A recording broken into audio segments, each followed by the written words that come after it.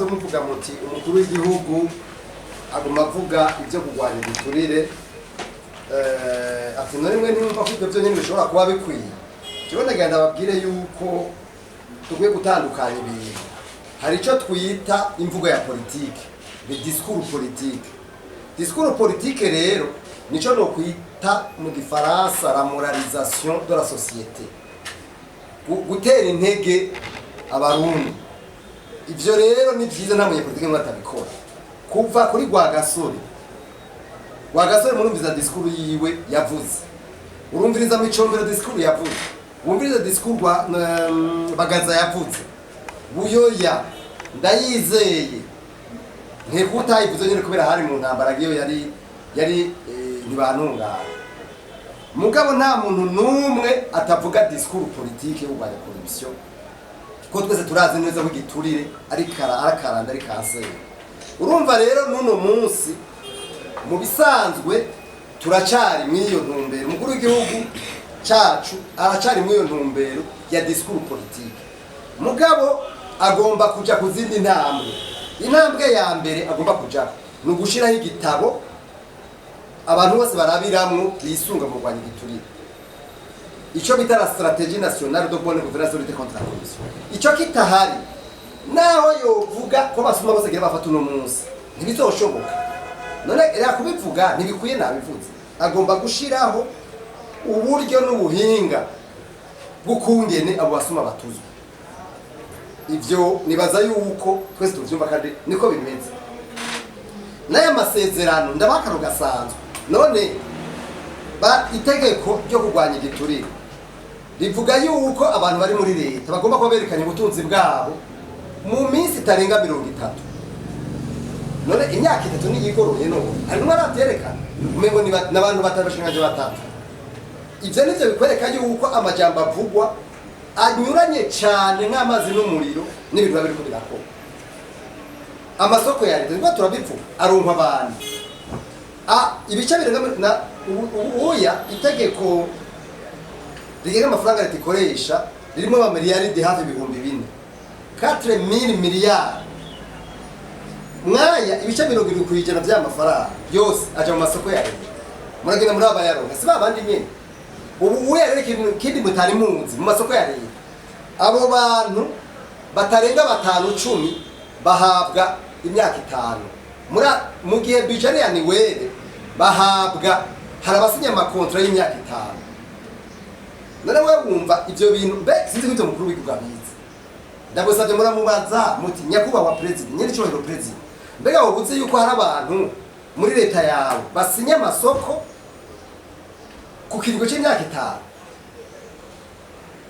murumva rero yuko kumete mugato tuvuga tuti mwa kino gihugu abasuma basumvye inguvuri hari n'aba basuma nyene aribo bategetse ko inzego zifuta erega bashoboye ibintu byinshi abasuma igihe batagwanije naha rero twe tuvuga yuko hari kibazo gikomeye cyane mwabaje kibazo gira kabiri muvuga muti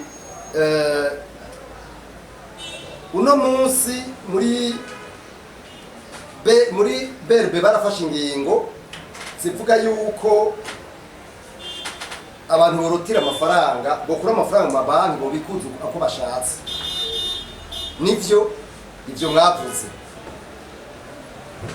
hanyuma muga muti naho leta yafashe iyo ngingo nuno munsi amabanki aba makuru canke mato ama microfinance nubu barashiraho amaplafo ntibabahayo bashaka nivyo twarabironse ku myitozo mu bisanzwe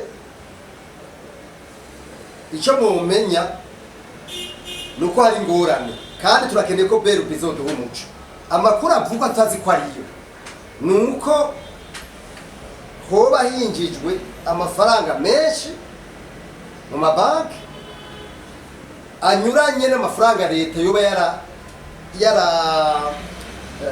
yaratanze kubera murazi ko leta yari yafashe ingingo yuko atawureze miliyoni 10 mu kuja muri banki kuri konti imwe muravyibuka neza mugabo mengo amakuru twarose yuko hoba habaye totalisation yayinjiye mu hafi 95%.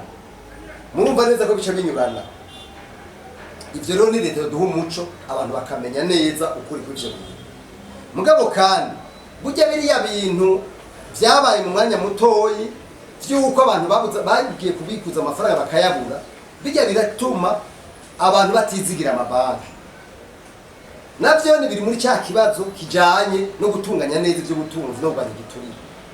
Leta rero nize itubwire mu vy'ukuri ikibazo kihari, kuko n'uno munsi bitubona hari ingorane biraboneka. Mugabo je naco novuga ko kirekire leta nizogira iki bivuzeko. Icyanyuma cabajijwe nuko mwavuze muti mbega leta niyo bayafashe ingingo yo gufuta zino nzego zo kurwanya igiturire kubera izo nzego ziba zitaronka amadosiye zikora zizikora bari kubakivuza. Nivyo natwewe twahora tuvuga yuko izi nzego musanzwe zasa n'ibikanganyoni, mugabo amadosiye yo tuzayakora mato y'abantu bato tuzayakora. Mugabo twavuga tuti nibaziho ububasha zo gukora amadosiye manini. Kuzifuta rero si umuti, kuko bije binyuranya n'ico Uburundi bwiyemeje mu makungu. Arico gituma twe tuvuga tuti leta nikora ibishoboka byose kugira ngo izi nzego izisubizeho. Kuko zisubijeho ngo ndiko ndabivuga bizogira ingaruka mbi ku gihugu, kuko Burundi bugirirwa amasuzumwa nuko ibindi bihugu byose byemeje aya masezerano bigwa amasuzumwa, kandi amaraporo agizwe aca kw'isi yose no mu bafasha Burundi bavuga bati ca gihugu cyaravuye mu masezerano mu gwenge. Ibi rero bica bigira ingaruka mbi ndiko ndabivuga. Umukuru w'igihugu ahanzwe na byinshi byose ntavyamenye, mugabo yomenya yuko amasezerano yo kurwanya igiturire ari amasezerano n'umunsi afatwa cyane n'amasezerano arabana iby'agateka na muntu, n'amasezerano arabana n'iby'umutekano ku isi. Utayashira mu ngiro no kutayakurikiza mu bisanzwe bawishiza akagoze mu izosi uri gihugu. Y'amasezerano yo kurwanya igiturire ya Nations Unies, aho mu ngingo yaryo ya gatanu uko ndabivuze mu gace kayo ka kabiri havugwa yuko amareta yashize ku bikumu kwayo masezerano ategerezwa gushiraho inzego zihariye kandi zigenga, des institutions indépendantes, donc des institutions spécialisées et indépendantes. Rero izo nzego muje kudondagura mu bisanzwe zashizweho mu ntumbero yo kubahiriza aya masezerano mpuzamakungu ya Nations Unies yo kurwanya igiturire. Ubu mwomenya yuko igiturire ku isi gifatwa nk'ikiza nk'akaranda, ico bita fléau mondial. Ikibazo rero kihari uno munsi mu Burundi, nagenda babwire yuko leta yahavuye ija mu ntumbero ihonyanga ayo masezerano muje kubabwira. Yagiye mu ntumbero ihonyanga ayo masezerano bigenze gute?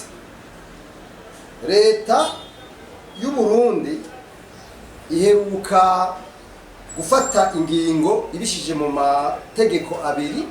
Itegeko rimwe rishiraho igipolisi ryaciye rifata rwa rwego rwo kurwanya igiturire, Brigade Spéciale Anticorruption, ica isa ntiyifuse urwo rwego.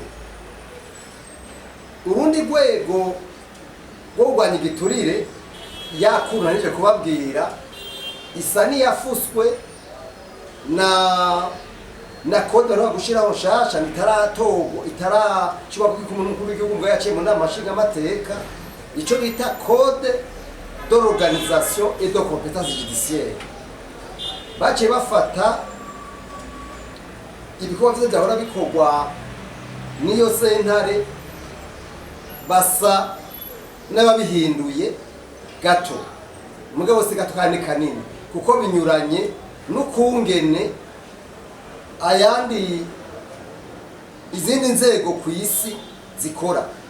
Ikintu kibaje no gusumba ibindi ni kimwe, tugiye mw'iyi brigade speciale anticorruption, igipolisi kidasanzwe cyo kurwanya igiturire, leta isa n'uko itagifuse mu buryo bugaragara. Mugabo nagenda babwire ko n'uno munsi mugiye muri ya building ikorera mu finance musanga amabiro yuguruye, musanga abakozi bakiriye. Mugabo umukomiseri mukuru, uwo bita komiseri general akiyoboye, uwo bita komiseri general ajwe cegera ciwe, abo oya barabahinduye, mugabo ntibabasubirije. N'ubu biruko uwahora ari umuyobozi aje ivy'amategeko, directeur juridique mw'ico gipolisi, yaritavye Imana. N'uno munsi ntibigeze bamusubiriza. Mu bisanzwe igipolisi kidasanzwe gifise amakomisariya regiono 9. Mwabo ba komiseri regiono hariho indwi bakuye, benshi bari abapolisi ariko ntibigeze babasubiriza. Kandi ngaho mwomenya yuko hari amazu apanzwe na leta, ayo mabiro regiono yakoreramo. Mugabo kugeza n'uno munsi ntibigeze babasubiriza, kandi leta iracariha ayo mabiro. Ikigira kane kibabaje nuko leta yafashe ingingo yuko abapolisi, kuko ico gipolisi cyasanye niko mu bapolisi benshi, abapolisi baba officier bari mu ico gipolisi cyo kurwanya igiturire bose leta yarabatwaye. Ni kuvuga bace babasubiza mu muri ministeri bahora bakoreramo.